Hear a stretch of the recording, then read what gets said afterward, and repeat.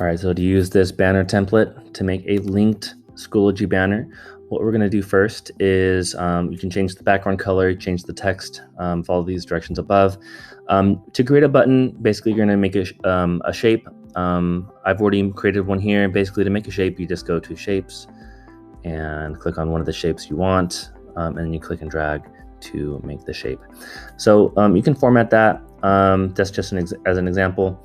So what we're going to do now is I have my shape here. I'm going to double click on the shape so I can type within it. I've already centered the text. I'm going to make this one Gmail just so it's easier to link. So once I have my button created, I'm going to select my button. I'm going to unlink this one, okay, because I was already linked to something else. And I'm going to right click on that and click on the link button in the menu. Now I'm going to put mail.google.com and hit apply. And now this is linked to Gmail, so if students want to get to the Gmail account, they can go to my course and click on it to get there. All right, the next step, now that I have my drawing, I have all these other shapes that are already linked to Schoology, Zoom, Syllabus, and now Gmail. I'm going to delete this button. It's extraneous for right now. So now what I'm going to do is I'm going to go to my Schoology course. I'm already in Materials. In Materials, I'm going to add a page.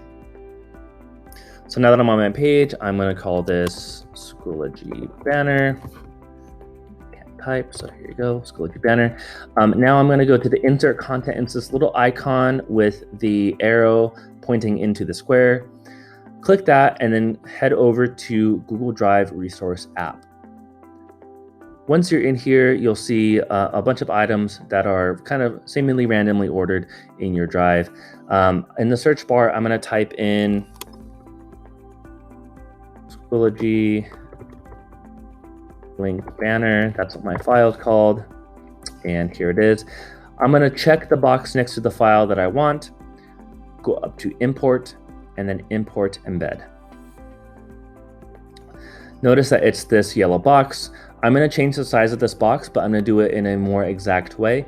I'm going to click on the yellow box and then click on the top left-hand corner, the little image icon. You'll see it has dimensions here.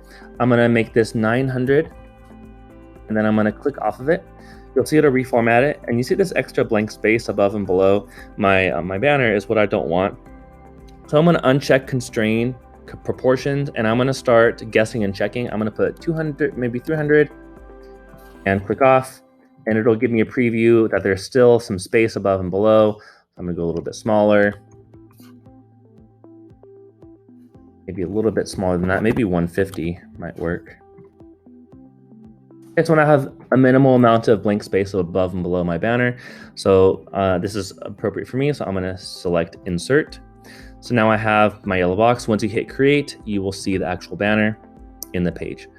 I'm gonna open the page I just created, and there's my banner. Now this is just really kind of just a workspace for my banner. So what I'm going to do now is I'm going to click over here to the right and drag until I have my image highlighted. Okay, and then I'm going to Command or Control C to copy on my keyboard. So once I have that done, I'm going to go back to updates. Here's my blank update. Click inside that box, Control or Command V, and you'll see the banner should show up there. To get it to the top of your course, you're going to click on the little speech bubble, check the bell, and click on Post. And you should now have an interactive or clickable course banner embedded at the top of your course.